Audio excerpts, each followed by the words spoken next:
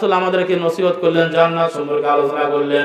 ওগো আমার উম্মতেরা, জান্নাত এমন একটা শান্তির জায়গা, জান্নাত এমন একটা আরামের জায়গা, দুনিয়ায় মানুষ বৃদ্ধা হতে চায় না, জান্নাতে কোনো বান্দা বৃদ্ধা হবে না, বলুন না সুবহানাল্লাহ। দুনিয়ায় কোনো বান্দা গরিব হতে চায় না, জান্নাতে আল্লাহ তাকে গরিব করবে না। দুনিয়ায় কোনো বান্দা অসুস্থ হতে চায় না, তার উপর অসুস্থ হয়ে যায়। দুনিয়ার কোনো বান্দা বৃদ্ধা হতে চায় না, তার উপর বৃদ্ধা হয়ে যায়। আর জান্নাত এমন একটা নিয়ামত, বান্দাকে যখন আল্লাহ তাআলা জান্নাত দিবে, ফেরেশতারা আওয়াজ দিবে, ইউনাদি মুনাদিন ইয়া আহলাল জান্নাতি ইন্না লাকুম আন তাসিহু ফালা তাসকামু আবাদা। ওগো আল্লাহর বান্দা, জান্নাতের মধ্যে বসবাস করো, যা মন চায় তাই আহার করো, যেখানে ইচ্ছা সেখানে যাও। এই জান্নাতের মধ্যে অসুস্থ তোমাকে কখনো গ্রাস করবে না, বলুন না সুবহানাল্লাহ। আবার আওয়াজ দেয়, ইউনাদি মুনাদিন ইয়া আহলাল জান্নাতি ইন্না লাকুম আন তাহাইয়ু ফালা তামুতুন আবাদা। বান্দা জান্নাতে যাওয়ার পর চিন্তা করবে, এই জান্নাতের মধ্যে আমার মৃত্যু হয়ে যায় কিনা, এই আরামায়েশ ভক্ষণ করা শেষ হয়ে যায় কিনা। আল্লাহ তাআলা বলবে, ইউনাদি মুনাদিন ইয়া আহলাল জান্নাতি ইন্না লাকুম আন তাহাইয়ু ফালা তামুতুনা আবাদা। ওগো আল্লাহর বান্দারা, জান্নাতের মধ্যে বসবাস করো, যা মন চায় তাই আহার করো, এই জান্নাতের মধ্যে কখনো মৃত্যু তোমাদের স্পর্শ করবে না, বলুন না সুবহানাল্লাহ। লা ইয়ামুতু ফিহা ওয়া লা ইয়াহইয়া।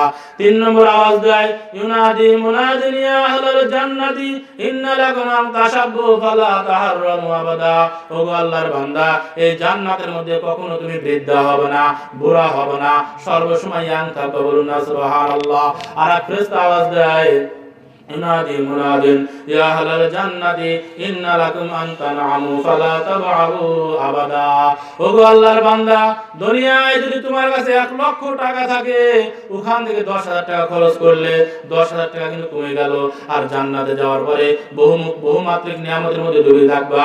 আল্লাহ তাআলা বহুমাত্রিক ফল দিবে, তোমার যত মন চায় তত আহার করবা, একটা ফল ছিঁড়বা, ওখানে আরেকটা ফল তৈরি হয়ে যাবে, সুবহানাল্লাহ। দুনিয়ার নিয়ম হলো, গাছগুলো থাকে, শিকড় থাকে নিচে, গাছ থাকে উপরে। জান্নাতের মধ্যে শিকড় থাকবে উপরে, গাছগুলো ফলগুলো নিচে ভাসমান থাকবে, বলুন না সুবহানাল্লাহ। বান্দা একটা ফল ছিঁড়বে, সঙ্গে সঙ্গে আরেকটা ফল তৈরি হয়ে যাবে। প্রত্যেক জান্নাতের সামনে 1,60,000 খাদেমা থাকবে, 1,80,000 প্লেট ভর্তি বান্দার সামনে আসবে। বান্দা প্রচুর পরিমাণ আহার করবে, প্রচুর পরিমাণ খাইবে। খাওয়ার পরে জান্নাতের মধ্যে কিন্তু পেশাব পায়খানার ব্যবস্থা নাই। জান্নাতের মধ্যে কি নাই?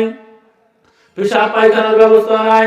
দুনিয়ায় যদি কোনো মানুষ ভালো মন্দ খাইলো, পেশাব পায়খানা ঠিক মতন করতে না পারে, ওই মানুষটা মারা যায়, অসুস্থ হয়ে যায়। আর জান্নাতের মধ্যে বান্দা প্রচুর পরিমাণ আহার করবে, প্রচুর পরিমাণ খাবে, ওই জান্নাতের মধ্যে কখনো পেশাব পায়খানা হবে না, বলুন না সুবহানাল্লাহ। আমার আল্লাহ তাআলা বলছেন, বান্দার সামনে এক ঝাঁক পাখি যাবে, উড়ে যাবে, বান্দার মন চাইবে খাবে। ওয়ালাহমি তায়রিম মিম্মা ইয়াশতাহুন। বান্দা যদি মনে করে ঝোল করব, ঝোল খাবো, বান্দার চোখের সামনে ঝোল হয়ে তৈরি চলে আসবে, বলুন না সুবহানাল্লাহ। এরকম ফল খাইতে মন চাইবে, কল্পনা করবে, জল্পনা করবে, বান্দার সামনে আল্লাহ হাজির করে দিবে। এই জন্য জান্নাতে বান্দা প্রচুর পরিমাণ আহার করবে, পেশাব পায়খানা হবে না।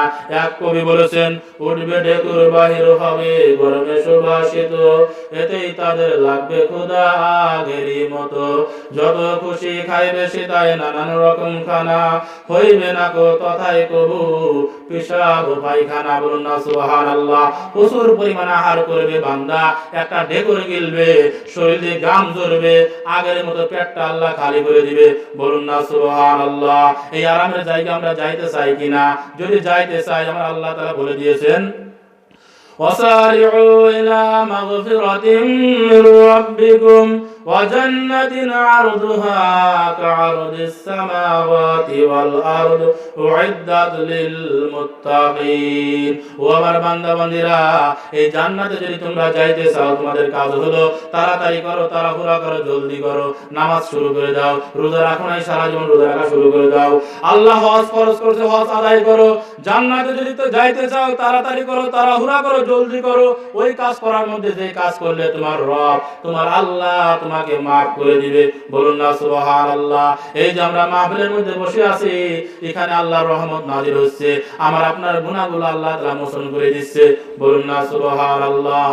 এই জন্য এই জান্নাতে আমরা সবাই যাবো কি যাব না ইনশাআল্লাহ? জান্নাতে যদি যাইতে চাই আমার আপনার কি করতে হবে?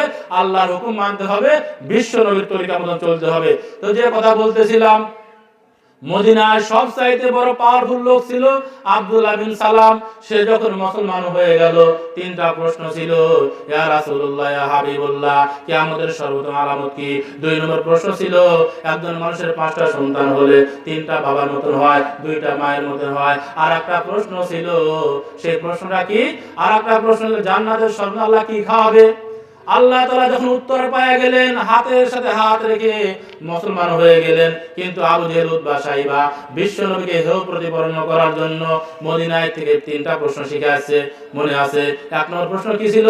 পূর্বের যুগে একদল যুবক পাহাড়ে আশ্রয় গ্রহণ করেছিল, বাদিজা মুহাম্মদ বলো তারা কারা? 2 নম্বর প্রশ্ন ছিল, এমন কোন বাদশা তামাম পৃথিবী ভ্রমণ করেছে, সে কে? 3 নম্বর প্রশ্ন ছিল, ও বাদিজা মুহাম্মদ, রূহ কি জিনিস? এই 3টা প্রশ্ন শুনবেন? বলবো। আল্লাহর হাবিব মুহাম্মদ রাসূলুল্লাহ সাল্লাল্লাহু আলাইহি সাল্লাম বললেন, চাচা আগামী কাল এই প্রশ্নের জবাব দেব। আবু জেহেল, উতবা, সাইবা চলে গেলেন। তারপরের দিন আসলেন, জিবরাইল আসে না। 1 দিন চলে যায়, 2 দিন চলে যায়, 3 দিন চলে যায়, 4 দিন চলে যায়। আল্লাহ নবী উত্তর দিতে পারে না। 14 দিনের মাথায় আল্লাহ নবীর কাছে ওহী নাজিল হয়ে গেল। ওয়ালা তাকুলান্না লিশাইইন ইন্নী ফাইলুন যালিকা গাদা ইল্লা আন ইয়াশা আল্লাহ। ও নবী, আপনি বারবার আসমানের দিকে তাকাচ্ছেন এই প্রশ্নের উত্তর পাওয়ার জন্য, কিন্তু আপনি ইনশাআল্লাহ বলেন নাই। এই জন্য আমি আসমান থেকে ওহী নাজিল করি নাই আপনার উম্মতের শিক্ষার জন্য। ইয়া রাসূলুল্লাহ, ইয়া হাবিবুল্লাহ, আপনার উম্মত সবচাইতে দামি উম্মত, আপনার উম্মত সবচাইতে পাওয়ারফুল উম্মত। এই উম্মত অল্প হায়াত পাবে, অল্প কাজ করবে, ব্যাপক পরিমাণ সওয়াব আল্লাহ দান করবে। বলুন না সুবহানাল্লাহ। ও আল্লাহর নবী, আমি ওহী নাজিল করি নাই এই জন্য। আপনি যদি ভবিষ্যতে কোনো কাজ করতে চান, কি বলবেন? ইনশাআল্লাহ বললে ওই কাজটা আমি সহজের সাথে করায়া দেব। 2 নম্বর মুসলমানের বৈশিষ্ট্য হলো, মুসলমান যখন কোনো ভালো কাজ করতে যাবে, বিসমিল্লাহ বলে কাজটা শুরু করবে। কোনো আশ্চর্য জিনিস দেখলে কি বলবে? মাশাআল্লাহ। ভালো কোনো কাজ সমাপ্ত হয়ে গেলে কি বলবে? আলহামদুলিল্লাহ। ওয়ালা তাকুলান্না লিশাইইন ইন্নী ফাইলুন যালিকা গাদা। এখন থেকে নবী ভবিষ্যতে কোনো কাজ করতে চাইলে আপনি কি বলবেন? ইনশাআল্লাহ। 3টি প্রশ্ন কি ছিল? পূর্বের যুগে একদল যুবক পাহাড়ে আশ্রয় গ্রহণ করেছিল, তারা কারা? এরা হলো 7 জন যুবক। আল্লাহ তাআলা বলছেন, আসহাবে কাহাবের 7 জন যুবক। একটা কুকুর ছিল, ওই জমানায় একটা বাদশার নাম ছিল দাকে ইউনুস। সে দাবি করেছিল, আনা রাব্বুকুমুল আলা, আমি তোমাদের বড় খোদা। সবাই তাকে খোদা হিসেবে মেনে নিয়েছিল। একজন যুবক বলে, আমি তোমাকে খোদা হিসেবে মানি না। আরেকজন যুবক দাঁড়িয়ে গেল, আরেকজন যুবক দাঁড়িয়ে গেল। এইভাবে এক এক করতে করতে 7 জন যুবক দাঁড়িয়ে গেল। বলুন না সুবহানাল্লাহ। 7 জন যুবক বাদশাকে বলল, আমরা আপনাকে খোদা হিসেবে মানি না। বাদশা বলল, কত বড় সাহস! আমি এই রাজত্ব চালাই, আমি খোদা দাবি করেছি। আমাকে যদি খোদা হিসেবে না মানো, তোমাদের সবাইকে শিরচ্ছেদ করা হবে। 1 সপ্তাহ সময় দেওয়া হলো, তোমরা যদি তোমাদের মত পরিবর্তন না করো, সবার শিরচ্ছেদ করে দেওয়া হবে। এই কথা বলার পরে 7 জন যুবক চিন্তা ফিকির করতে করতে সবাই একটা গাছের মধ্যে আশ্রয় গ্রহণ করলেন। চিন্তা করলেন, আমরা আল্লাহর প্রতি ঈমান এনেছি, তাওহীদ, রিসালাত, আখিরাতের প্রতি বিশ্বাস স্থাপন করেছি, মানুষকে আমরা খোদা হিসেবে মানি না, তাহলে কি করা যায়?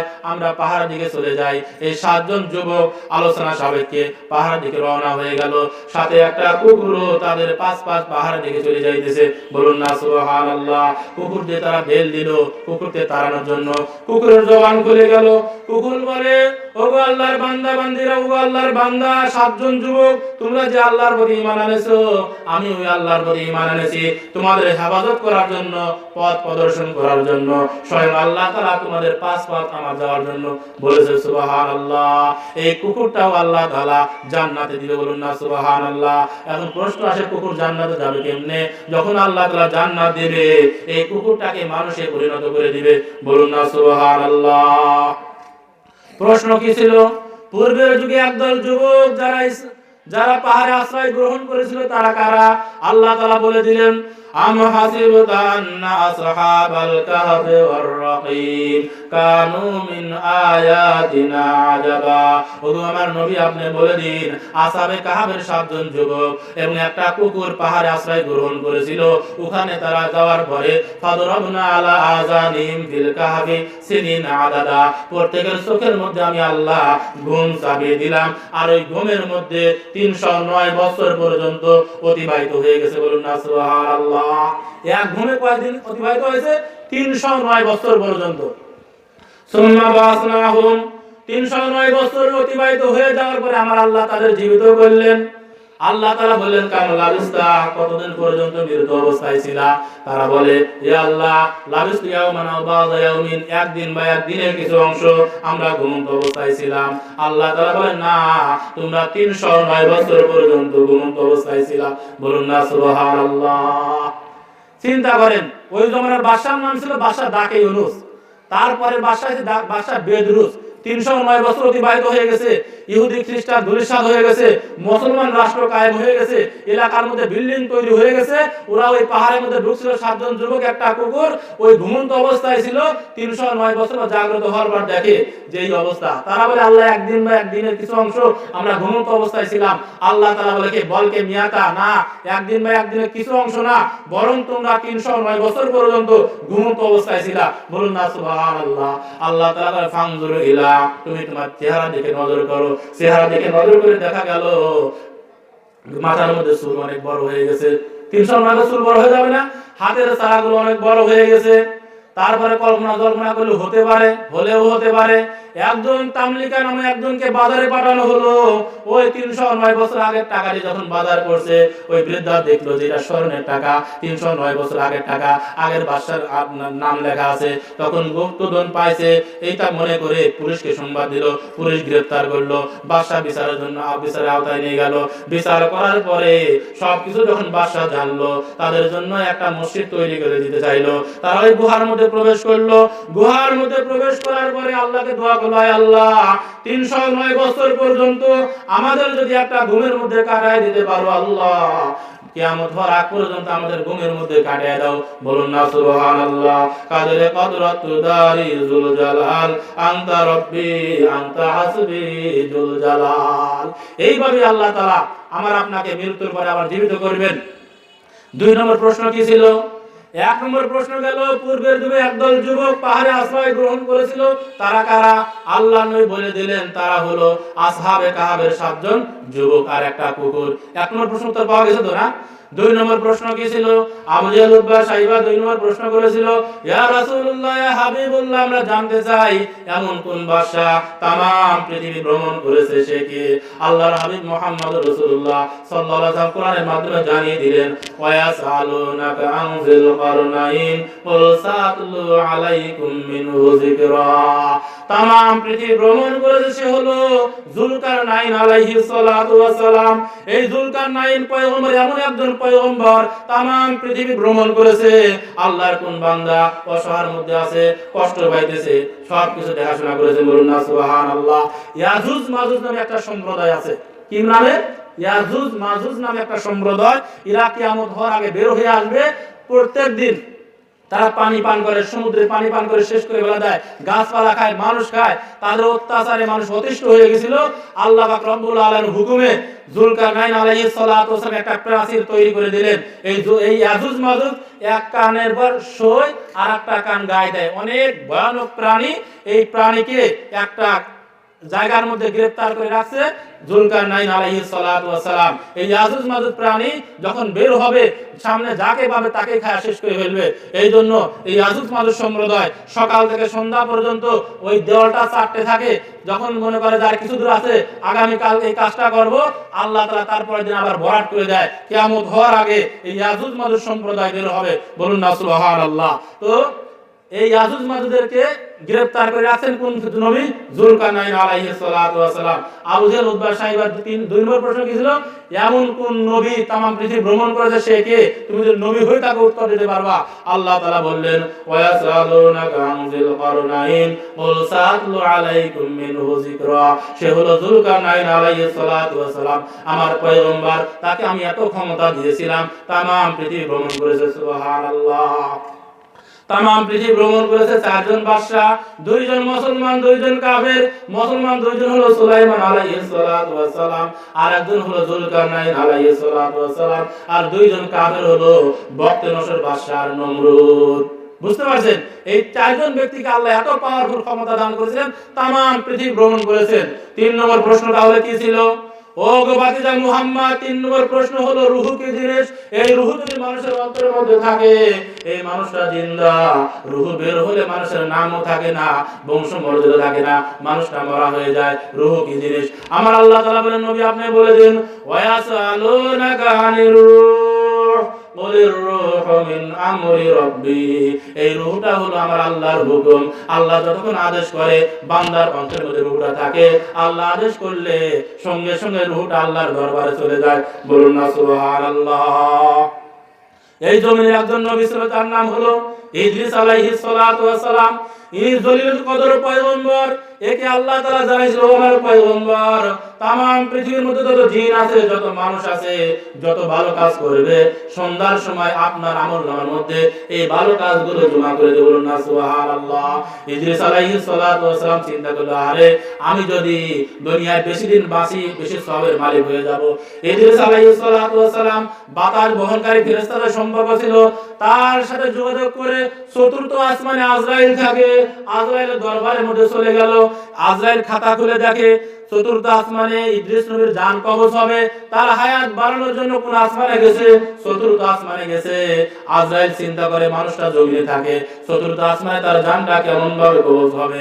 এদিকে আকাশ বহনকারী ফেরেশতার সাথে সম্পর্ক করে এই ইদ্রিস আলাইহিস সালাতু ওয়াস সালাম চতুর্থ আসমানে গেছে তার হায়াত বাড়ানোর জন্য। আমার আল্লাহ তাআলা বলেন, ইযা জাআলুহুম লা ইস্তাখিরুনা সাআতান ওয়া লা ইস্তাকদিমুন। প্রত্যেক বান্দাকে নির্দিষ্ট আমি একটা হায়াত দিয়েছি, এই হায়াত যখন শেষ হয়ে যাবে, 1 সেকেন্ড আগেও করা হবে না, 1 সেকেন্ড পরেও করা হবে না, নির্দিষ্ট সময় আল্লাহ তার জানটা কবজ করে নিয়ে যাবে। ইদ্রিস নবী হায়াত বাড়ানোর জন্য গেছে চতুর্থ আসমানে, আজরাইল ওখানে তার জানটা কবজ করে ফেলেছে। বলুন না সুবহানাল্লাহ। তাহলে প্রশ্ন করা হলো রূহ কি জিনিস? আল্লাহ তাআলা বললেন, রূহ বলে দেন, ওয়ায়াসালুনাকা আনির রূহ কুলির রূহু মিন আমরি রাব্বি। রূহ হলো এটা আল্লাহ তাআলার আদেশ। আল্লাহ যতক্ষণ আদেশ করবেন ততক্ষণ বান্দার অন্তরের মধ্যে থাকবে। রূহ বের হয়ে গেলে ওই বান্দা মানুষ থাকবে না, থাকবে ওই বান্দা দুনিয়ায় তার নাম আছে, বংশ মর্যাদা আছে, দাপট আছে, ক্ষমতা আছে, যা কিছু আছে। রূহটা বের হলে মানুষ আর মানুষ থাকে না, তার নামেও ডাকা হয় না, বলে অমুক লাশ, ঠিক না বেরে। এই জন্য আমার আল্লাহ তাআলা বলছেন, কুল্লু নাফসিন যায়িকাতুল মাউত, প্রত্যেক প্রাণীকে মৃত্যুর স্বাদ গ্রহণ করতে হবে। আইনামা তাকুনু ইদরিকুমুল মাউত ওয়ালাউ কুনতুম ফি বুরুজিন মুশাইয়াদা। বান্দা বান্দীরা, তোমরা যেখানে যে অবস্থার মধ্যে থাকো, এই মৃত্যু তোমাদের সেখানেই পেয়ে বসবে। মৃত্যু থেকে যতই পালাও, মৃত্যু তোমার লইবে গিরে, যদিও সুদূর আকাশ পানে লাগাও সেথায় লাগিয়ে সিঁড়ি। এই মহারোগের কোনো ঔষধ নাই, ঔষধ নাই জগতে, খুঁজিয়া কাতর হইলে কি হবে? পারিবি না তাহা ফিরাতে। মৃত্যুর হাত থেকে কেউ বাঁচতে পারবো না। আল্লাযী খালাকাল মাউতা ওয়াল হায়াতা লিয়াবলুয়াকুম আইয়ুকুম আহসানু আমালা। আমার আল্লাহ পাক রব্বুল আলামিন বলছেন, বান্দা বান্দীরা, দুনিয়ার বুকে পাঠাইছি, আমি আল্লাহর কাছে আবার নিয়ে আসবো। আইয়ুকুম আহসানু আমালা, আমি আল্লাহ তাআলা দেখতে চাই, আমি আল্লাহর নিকট কে কে নেক আমল নিয়ে আসছো, ভালো আমল নিয়ে আসছো। আল্লাহ যে আমার আপনার দুনিয়ার যে হায়াত দিয়েছে 60-70 বছর, আমার আপনার মৃত্যু দেবে, মৃত্যু দেওয়ার পর আবার জীবিত করে বিশ্বাস করি কি করি না? পয়গম্বর ইব্রাহিম আলাইহিস সালাতু ওয়াস সালাম একটা ঘটনা, ওয়াইদ ক্বালা ইব্রাহিম রাব্বি আরিনি কাইফা তুহিল মাউতা। ও আল্লাহ, আমি জানতে চাই এই যে হাজার হাজার মানুষ মারা যায়, এদের তুমি জীবিত কি করে করবা? আল্লাহ তাআলা বলে, আওয়ালাম তুমি কি বিশ্বাস করো না? আল্লাহ ভালো, আল্লাহ বিশ্বাস করি, চোখে দেখতে চাই মরাকে কিভাবে জীবিত করো। আল্লাহ পাক রব্বুল আলামিন পয়গম্বর ইব্রাহিমকে বললেন, তুমি মরাকে কিভাবে জীবিত করে দেখতে চাও? 4টি পাখি ধরো, 4টি পাখির 4টি নাম দাও। 4টি পাখির 4টি নাম দেওয়ার পরে ডাক দিলেই চলে আসে, এরকম পোষ বানাও। পোষ বানানোর আল্লাহ বললেন ফাসরুহুন্না, এদেরকে জবাই করো, টুকরা টুকরা করো, মাথাটা হাতের মধ্যে রাখো, গোশতগুলো পাহাড়ের মধ্যে ছিটায় দিয়ে আসো। পয়গম্বর ইব্রাহিম আলাইহিস সালাতু ওয়াস সালাম তাই করলেন। 4টি পাখি ধরলেন, পোষ বানাইলেন, মাথাটা হাতের মধ্যে রাখলেন, গোশতগুলো টুকরা টুকরা করে পাহাড়ের মধ্যে ছিটায় দিয়ে আসলেন। আল্লাহ তাআলা বলেন সুম্মা দুহুন্না ইয়াতিনাকা সায়ান, পয়গম্বর ইব্রাহিম এবার তুমি ডাক দাও। ডাক দিতে দেরি হলো, ওই হাতের মধ্যে মাথা ছিল, মাথার সাথে গোশতগুলো এসে আর হয়ে ইব্রাহিমের চোখের সামনে আবার তামাম, আবার তাজা পাখি হয়ে গেল। বলুন না সুবহানাল্লাহ। কাদের কদরাতু দারি বরকামাল, আনতা রব্বি আনতা হাসবি জুল জালাল। এই জন্য আমার আল্লাহ বলছেন মিনহা খালাকনাকুম, ও বান্দা বান্দরা, এই মাটি দিয়ে তোমাদের তৈরি করেছি, অফিহা নুঈদুকুম, এই মাটি নিচে তোমাদেরকে নিয়ে আসবো, অমিনহা নুখরিজুকুম তারাতান উখরা, কিয়ামতের ময়দানে এই মাটি থেকেই তোমাদেরকে আবার জীবিত করব। বলুন না সুবহানাল্লাহ। উযাইর আলাইহিস সালাতু ওয়াস সালামকে এক বাদশা কিছু হাদিয়া দিয়েছিলেন, রুটি দিয়েছিলেন, গোশত দিয়েছিলেন, পানি দিয়েছিলেন, কিছু আঙ্গুর ফল দিয়েছিলেন। উনি যখন তার এলাকার মধ্যে চলে গেলেন, যাওয়ার পরে যখন বসে আছেন, বসার পরে দেখলেন খালি হাড্ডি মরা মানুষ। এটা দেখার পরে চিন্তা করলেন কিভাবে আল্লাহ জীবিত করবা, কিভাবে জীবিত করবা।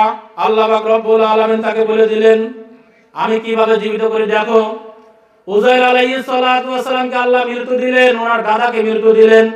100 বছর অতিবাহিত হয়ে যাওয়ার পরে আল্লাহ তাআলা সুম্মা বাসা উযাইর পয়গম্বরকে জীবিত করলেন।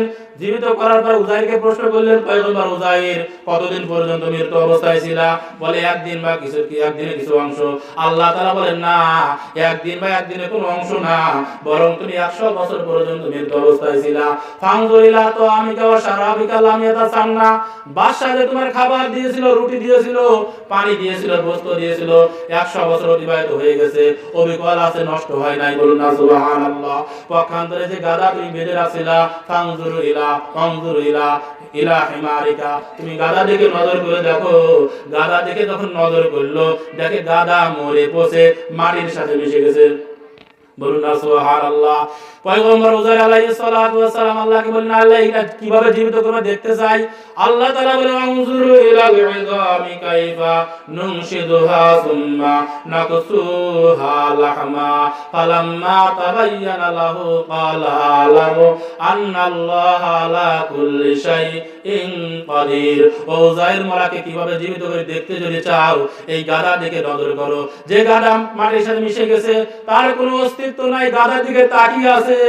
এই যে গোশতগুলো মাটির সাথে মিশে গিয়েছিল, আল্লাহ আদেশ করলেন, সঙ্গে সঙ্গে মাটি ওরা বের করে দিল।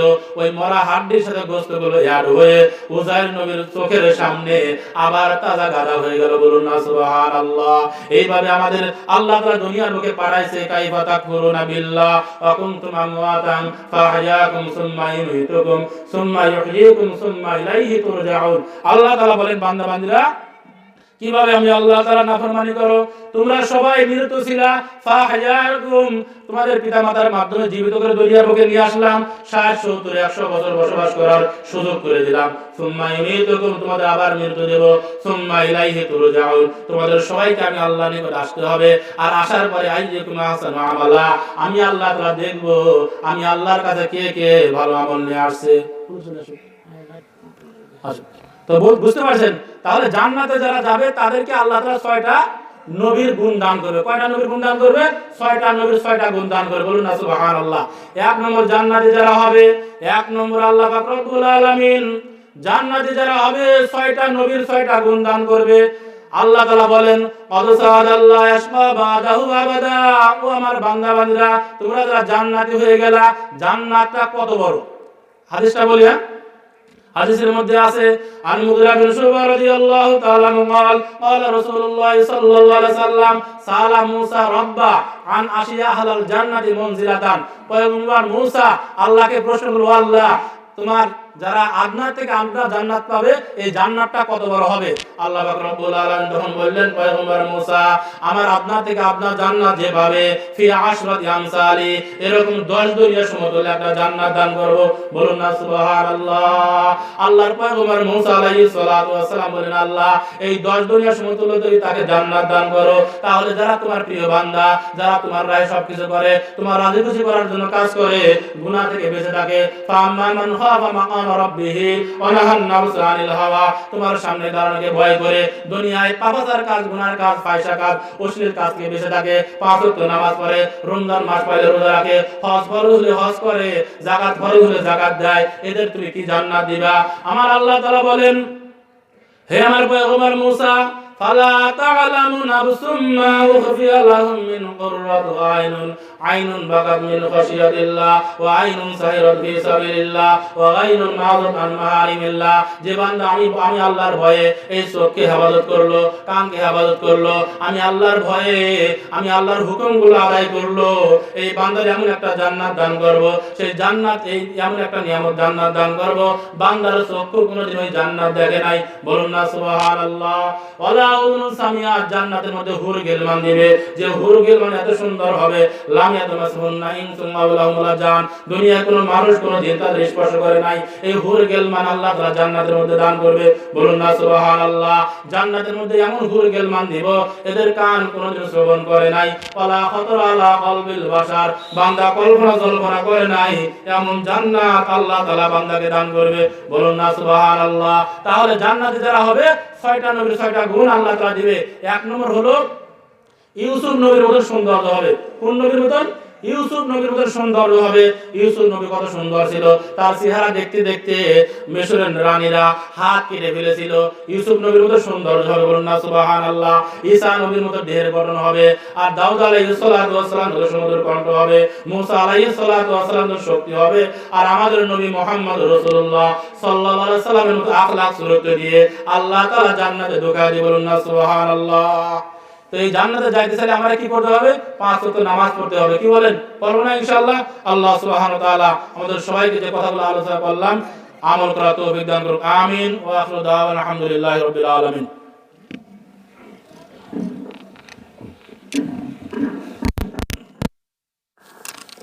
ধন্যবাদ হযরত মাওলানা মুহাম্মদ সিদ্দিকুর রহমান।